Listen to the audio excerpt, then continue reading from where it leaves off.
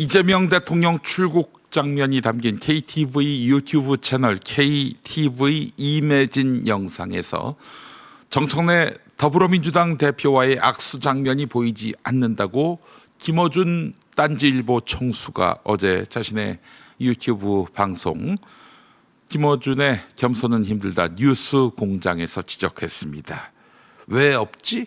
이걸로 그친 게 아닙니다. 이 질문이 삭제된 것 아니야? 그리고 누군가 의도적으로 뺀 것 아니야?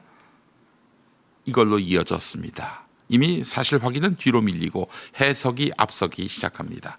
의혹은 언제나 빠르게 퍼집니다. 사실은 그 뒤를 헐레벌떡 따라갑니다. 이번 논란에서 주목할 장면이 하나 더 있습니다.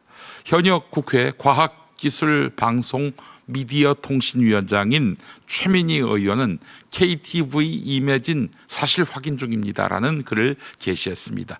의도적 삭제라는 뒷말이 김어준 총수에 의해 촉발되고 정청래 대표 지지층 사이에서 확산되자 대표실이나 당 공조직이 나서기 어려워 보여 의원실에서 사실을 확인하고 있다라고 밝힌 것입니다. 이 발언의 핵심은 확인하겠다라는 것이었습니다. 그런데 이 글이 올라온 직후 한 온라인 커뮤니티에서는 강제 탈퇴 투표가 추진됐습니다.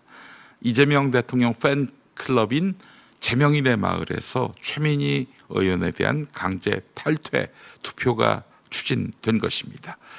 고작 악수 장면이 담기지 않았다는 이유로 대통령 영상 기록 채널을 조사하고 대책을 세우겠다는 것은 한마디로 공권력 남용이다, 이런 지적인 것이죠. 그러면서 용납할 수 없다라고도 분명히 밝혔습니다.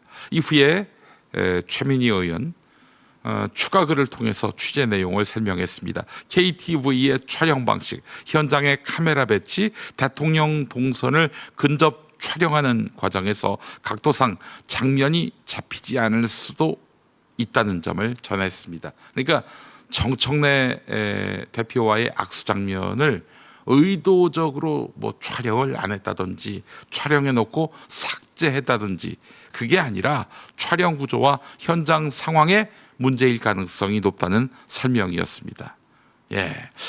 이상호 기자가 노련한 또 현장 경험을 토대로 해서 당시 상황을 설명했는데, 그러니까 두 장면이 있잖아요.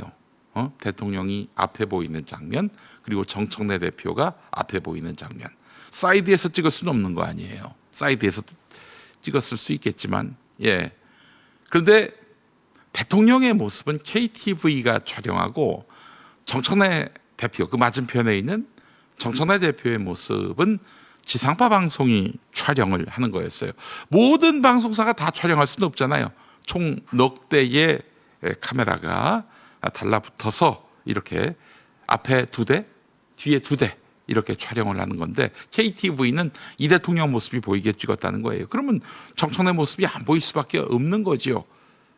KTV는 그래서 이재명 대통령만 촬영한 모습을 그대로 올린 거였습니다. 그런데 김어준 총수는 왜 KTV는 정청래의 모습을 비추지 않았는가? 이거 일부러 촬영해 놓고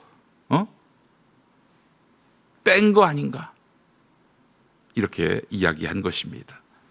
그런데 알고 봤더니 음모도 드라마도 없었음이 드러났습니다.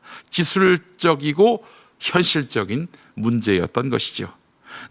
음모론은 늘 간결합니다. 장면이 없다, 누군가 뺐다, 배후가 있다.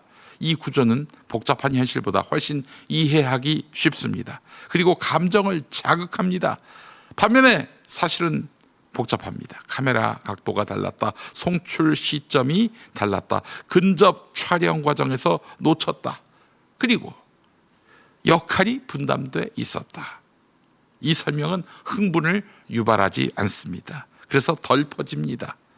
자, 우리가 경계해야 할 것은 음모론을 믿는 사람 자체가 아니라 음모론이 사실보다 먼저 소비되는 환경이라 하겠습니다. 영향력이 큰 방송인이나 언론인은 질문 하나를 던질 때에도 그 파급력을 계산해야 합니다. 삭제된 것 아니냐라는 표현은 형식상 질문일진 몰라도 청취자에게는 전제처럼 들릴 수가 있는 것입니다. 그리고 그 말은 커뮤니티에서 삭제됐다, 누군가 의도를 갖고 삭제했다라는 단정으로 굳어질 수가 있는 것입니다. 언론인의 역할은 의혹을 키우는 것이 아니라 의혹을 검증하는 것입니다. 모르면 물어야 합니다. 물었는데 상대가 답을 하지 않는다? 그럴 때에는 내가 이렇게 물었다라고 시청자들한테, 청취자들에게 밝힐 수 있는 것입니다. 어쨌든 1차적이든 2차적이든 추정이 아니라 확인을 거쳐야 하는 것입니다. 적어도 200만이 넘는 구독자를 보유한 채널이라면 말입니다. 그 순서를 바꾸는 순간 혹은 누락하는 순간 공론의 장은 흔들릴 수밖에 없습니다. 자, 이번 사안에서 또 하나 더 주목해야 할 부분은 온라인 커뮤니티의 집단적인 반응입니다. 온라인 커뮤니티 어디입니까? 딴지일보 자유 게시판입니다. 사실 확인을 하겠다는 글 하나가 곧바로 용납할 수 없는 행태로 규정되고 강제 탈퇴 투표로 이어진 커뮤니티도 있었죠. 네. 이 현상은 우리에게 묻습니다. 우리는 사실을 기다릴 인내를 가지고 있는가? 이미 정해진 결론을 지지하는 정보만 원하는가? 공론의 장은 토론의 공간이어야 합니다. 그러나 때로는 충성 경쟁의 공간으로 변질됩니다. 우리 총수님이 하신 말씀인데 이 의혹에는 분명히 설득력과 진실이 담겨 있겠지 하면서 덮어놓고 누군가를 패대기를 치는 그 순간 사실은 중요하지 않아집니다. 자, 이 논란이 벌어진 시점은 대통령의 국빈 방문 기간이었습니다. 싱가포르와 필리핀 방문이라는 외교 일정 속에서 우리가 더 많이 다루어야 할 것은 무엇일까요? 정상회담의 내용, 국제 경제 안보 협력의 구체적인 성과, 국제 정세 속에서 한국의 위치, 그리고 지금 중동 지역에서 분쟁이 벌어졌는데 이 상황에서 우리는 어떻게 대처할 것인가, 그리고 우방들과 어떤 협력 체계를 구축할 것인가, 이거 아닐까요? 그 악수 장면 하나가 모든 관심을 빨아들이고 말았습니다. 우리는 묻지 않을 수 없습니다. 누가 이득을 보았는가? 무엇을 놓쳤는가? 네, 영향력이 커질수록 나는 틀리지 않는다라는 확신이 강해질 수 있습니다. 하지만 공적 영역에서 필요한 것은 확신이 아니라 겸손입니다. 내가 모를 수도 있다는 전제, 내가 헤아리지 못하는 맥락이 있을 수 있다는 그런 가능성, 확인 전에는 단정하지 않겠다는 절제, 이 세 가지가 무너지면 의혹은 진실을 밀어냅니다. 그리고 결국 국민은 무엇을 믿어야 할지 모르는 상태에 빠지게 되는 것이죠. 이번 논란은 거대한 사건이 아닐 수 있습니다. 단지 한 장면의 문제였을지도 모릅니다. 그러나 그 과정을 통해서 우리는 중요한 교훈을 얻습니다. 확인은 느립니다. 분노는 빠릅니다. 확인은 지루합니다. 음모는 자극적입니다. 하지만 민주주의는 느리고 지루한 확인 위에서만 유지됩니다. 우리가 지켜야 할 것은 공론장의 신뢰입니다. 질문은 필요합니다. 그러나 질문보다 먼저 필요한 것은 사실에 대한 존중 아닙니까? 자, 여러분, 오늘도 우리는 선택해야 합니다. 속도입니까? 정확성입니까? 흥분입니까? 책임입니까? 답은 분명하지 않습니까?